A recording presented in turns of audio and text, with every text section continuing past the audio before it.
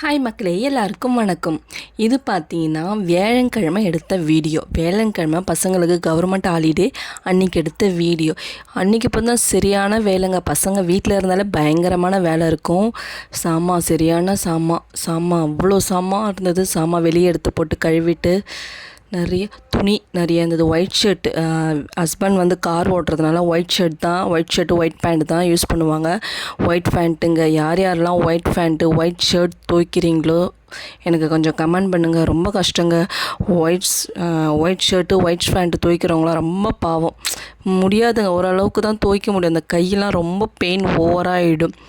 அதுக்கு நான் ஒரு டிப்ஸ் வந்து என்னோடய வீடியோவில் கொடுக்குறேன். இது ஒரு நாள் ஃபுல்லாக நான் ஊற வைப்பேன். அப்புறம் ஒயிட் ஷர்ட்லாம் துவைச்சிட்டு வந்து மேலே போயிட்டு காய வைக்க போனேங்க. செப்பல் போடாமல் போயிட்டேன். ஒரே பத்திக்கிச்சு கால். சரியான வெயில், முடியல. என்னால் கண்ணில் தண்ணி வந்துருச்சு எனக்கு. வீடியோவில் சரி காட்டக்கூடாதுன்னு கம்பீரமாக நான் இருந்தேன். என்னால் முடியல. அப்புறம் துணி காய வச்சுட்டு கீழே வந்தாச்சு. அப்புறம் பார்த்திங்கன்னா சமையல் வேலை உடனே ஆரம்பிச்சிட்டோம். அப்போ பார்த்திங்கன்னா இந்த குக்கரில் சாம்பார் வச்சிட்டு இருந்தேன். குக்கரில் வந்து என்ன தான் நம்ம அளவுக்கு தண்ணி கம்மியாக வச்சாலும் அதிகமாக வச்சாலும் அந்த பொங்கிறது விட மாட்டேங்குதுங்க. உங்களுக்கும் இந்த பிரச்சனை இருக்கான்னு எனக்கு கமெண்ட் பண்ணுங்கள், ஓகேங்களா? எனக்கு அந்த கிச்சன் அந்த வைப்ஸ் தாங்க, அது எனக்கு ஒரு பெரிய ஒரு வரன் மாரி. அதை வச்சே தான் நான் ஓட்டுவேனே. எதாக இருந்தாலும் அப்பப்போ க்ளீன் பண்ணிவிடுவேன். அப்போ தான், இல்லைனா வந்து எனக்கு செட் ஆகாது. இல்லைனா அது ரொம்ப நேரம் ஊற வச்சு காய வச்சு போகாது.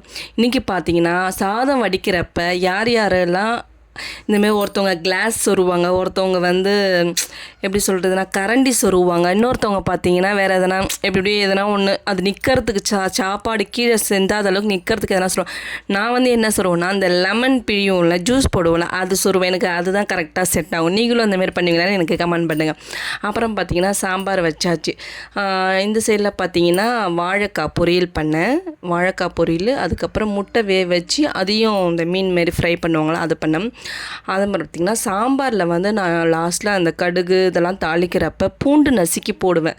உங்களுக்கும் இந்த பழக்கம் இருக்கான்னு சொல்லுங்கள். பூண்டு நசுக்கி போட்டோம்னா அப்படி ஒரு டேஸ்ட்டாக இருக்கும் சாம்பாரில். நீங்களும் ட்ரை பண்ணி பாருங்கள். கண்டிப்பாக பூண்டு நசுக்கி போட்டு பாருங்கள். பூண்டு அதிகமாக சேர்த்துக்கிறது நல்லது, ஓகேங்களா? நெக்ஸ்ட்டு பார்த்திங்கன்னா நம்ம என்னென்னா பூண்டு நசுக்கி போடுறேன்.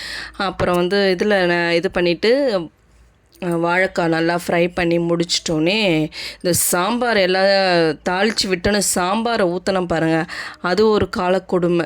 நல்லா குப்புன்னு அடிச்சுது என் மூஞ்சிலே. நல்லா அப்படியே ஒரு மாதிரி சரியான அனல், அப்படியே ஒரு மாதிரி ஆயிடுச்சு. கை சுட்டுக்கிட்ட வேறு. நிறைய வீரத்தழும்பு சமைக்கிறப்போ உங்களுக்கும் இந்தமாரி அனுபவம்லாம் இருந்தால் எனக்கு சொல்லுங்கள் கண்டிப்பாக. நெக்ஸ்ட்டு இது பண்ணி முடிச்சிட்டோன்னே முட்டை வச்சுருந்தேன். முட்டையை பொரிச்சாச்சு. முட்டை பொரிக்க நல்லா மசாலா தடவி அதில் போட்டாச்சு. இந்த சமைக்கிறப்போ நான் எவ்வளோ க்ளீனாக வச்சேன். அது முடிஞ்சு வரப்போ அந்த கிச்சன் வைப்ஸ்னு ஒன்று இருக்குங்களா, அது என்ன 150 200 தயவுசெய்து அதெல்லாம் வாங்கி வச்சுக்கோங்க. அது இருந்தால் தான் உங்களுக்கு ஈஸியாக இருக்கும். நம்ம ஒரு தடவையும் நம்ம அந்த கருத்தினை யூஸ் பண்ணாலும் நம்மளால் செட் ஆகாது.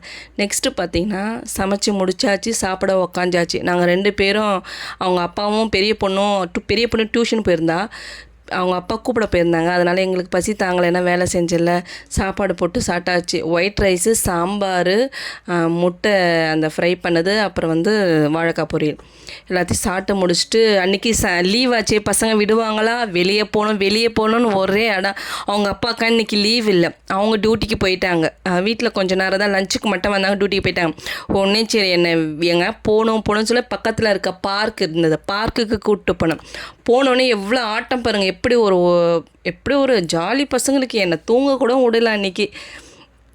2 மேடமும் கிளப்பி விட்டுட்டு, ஒரு மேடம்க்கு பூ வச்சேன், இன்னொரு மேடம்க்கு ஏன் பூலாம் எனக்கு வேணாம் அப்படின்னு சொல்லிட்டு அவங்க பூ எடுத்து நான் வச்சுக்கினேன். எப்படி ஓடுறாங்க பார்த்தீங்களா பார்க்குக்கு வந்தோடனே. இந்த பார்க்கில் பார்த்தீங்கன்னா எப்போயுமே கூட்டமே இருக்காது. நான் அதனால் அடிக்கடிக்கு இந்த பார்க் தான் கூப்பிட்டு போவேன். இது பக்கமாக இருக்கும், வீட்டுக்கிட்டே இருக்கும். உங்கள் பசங்களை நீங்கள் லீவ் டைமில் எங்கெங்கே கூப்பிட்டு போனீங்கன்னு கமெண்ட் பண்ணுங்கள், ஓகேங்களா? லீவ் டைமில் எங்கள் பசங்க விடவே விடாதுங்க. எங்கேயா போகணுன்னுட்டு ஒரே டார்ச்சர். இங்கே பார்த்தீங்கன்னா இந்த மேடம் கை பிடிக்காமலே வடிவேலு மாரி நின்றுக்கின்னு ஒர்க் பண்ணுறாங்க. எனக்கு பயமாகிடுச்சு, கத்திட்டு இருந்தேன் நான். இவளை பார்த்த நேரம் பெரிய பொண்ணு காணாம போயிட்டா. எங்கே அப்படின்னா அவங்க அக்கா தோருக்கா பார் மம்மி அப்படின்னு சொல்லிட்டு அவள் காமிச்சு விட்டா. அதுக்கப்புறம் இந்த மேடம் வந்தாங்க. இவங்க 2 பேரையும் சமாளிக்கிறதுங்காட்டியும் ஐயோ அப்படியே நானும் அப்படியே என்ன ஆச்சுன்னா 2 பேரை விட்டுட்டு வாக்கிங் போனேன். நானும் அப்படியே 2 ரவுண்டு வாக்கிங் போயிட்டு இந்த பசங்க விளாடிட்டே இருந்தாங்க. அந்த சர்க்கஸ் அதில் பெரிய மேடம் விளாடிருந்தாங்க. பின்னாடி சின்ன மேடம் வந்துட்டு இருந்தாங்க. ஓகேங்களா. இதுமாரி லீவ் டைமில் பசங்களை சின்ன நம்மளால் ரொம்ப பெரிய இடத்துக்குலாம் கூப்பிட்டு போக முடியல. சின்ன பார்க் அதெல்லாம் அவங்கவுங்களுக்கு கொஞ்சம் சந்தோஷம், ரிலாக்ஸ் கிடைக்கும் லீவ் டைமில். 2 பேர் பார்த்தீங்கன்னா ஊஞ்சல் விளாட்னாங்க. நீங்களும் பசங்களை லீவ் டைம் எங்கெங்கே கூப்பிட்டு போனீங்க கமெண்ட் பண்ணுங்கள். தேங்க்யூ.